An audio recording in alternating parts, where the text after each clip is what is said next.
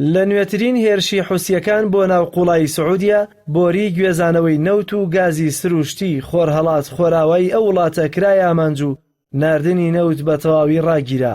ئەو هێرشە بە 7 فڕۆکەی بێفڕۆکەوان ئەنجامدرا و ناوچەی بۆمبارانەکەش لە نێوان 220 بۆ 280 کیلۆمەتری خۆراوای ڕیازی پایتەختی ئەو وڵاتە بوو. ئەوە یەکەم جار نییە کە حوسیەکان موشکی بالیستیک و فڕۆکەی بێفڕۆکەوان بۆ لێدانی ئامانجە سعودی و ئیمارەتیەکان بەکاردێنن.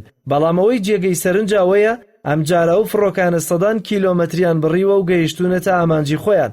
بەڵام سیستەمی بەرگری ئاسمانی سعودیە کە بریتیە لە سیستەمی پاتریۆتی ئەمریکی نەیتوانیوەوە ئامانجە ئاسمانیە بخاتە خوارەوە.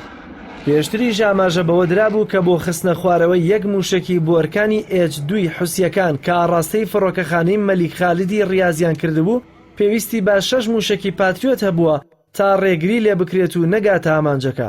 بەڵام دواتر موشکی تری کۆشکی پاشایەتی یەمامەی کردە ئامانج و زیانی زۆری پێگەیاند. لە جەنگی ڕزگارکردنی کوێیتەوە کە ئەمریکا بۆ پاراستنی سعودیە و ئیسرائیل سیستەمی پاتریۆتی تێدا بەکارێنا لە چەند حاڵەتێکدا نەیتوانی ڕێگری لە موشکی سکۆت بی عراق بکات. لە 25 شوباتی 1991دا موشکێکی عراقی بەرسەربازگەیەکی ئەمریکی لە ناوچەی زەهران کەوت و 28 سەربازی ئەمریکی کوشت. هەر لەو کاتەدا موشکێکی تر وەزارەتی ناوخۆی سعودیە کردە ئامانج و زیانی گەورەی پێگەیاند. بەڵام نزیکەی 3 دەیە لەو جەنگە تێپەڕیوە ئەمریکیەکان باسی گۆڕانکاری ڕیشەیی دەکەن لە باشترکردنی کارایی سیستەمی پاتریۆتدا. بەڵام بۆمبارانی حوسیەکان جارێکی تر کارایی و سیستەمەی بردەوە ژێر پرسیارەوە. لە دوای تاقیکردنەوە ئەتۆمی و موشکیەکانی کۆریای باکوور ئەمریکا ئەو سیستەمەی بە تایوان و ژاپۆن و کۆریای باشوور فرۆشت. ئەوە جگە لە وڵاتانی یۆنان و ئیسرائیل و ئەڵمانیا و میسر و کوێیت و هۆڵەندا و سعودیە و ئیمارات. بەڵام لە جەنگەکانی ئیسرائیل بۆ سەر لوبنان لە 2006دا و کەرتی غەزە لە 2008 و 2012 و 2014دا و دوایەمین جەنگیش لە سەرەتای مانگی ئایاری ئەم ساڵدا پاتریۆت نەیتوانی ئاسمانیەوە قەوارەیە لە گەیشتنی موشکەکانی حزبوڵڵا و لایەنە فەلەستینیەکان بە قوڵایی ئیسرائیل بپارێزێت. تەنانەت سیستەمی سوپەری ئاسمانی ئیسرائیلیش لەم جەنگەی ئەم ساڵدا نەیتوانی ڕێگری لە موشکە خۆماڵیەکانی حەماس و جیهادی ئیسلامی بکات. چاودێران بڕوایان وایە ئەو ناکارایەی سیستەمی دژە ئاسمانی ئیسرائیل گەورەترین پاڵنەر بووە بۆ ئەوەی ناتانیاهۆ بە ئاگربەستی نوێ ڕازی ببێت.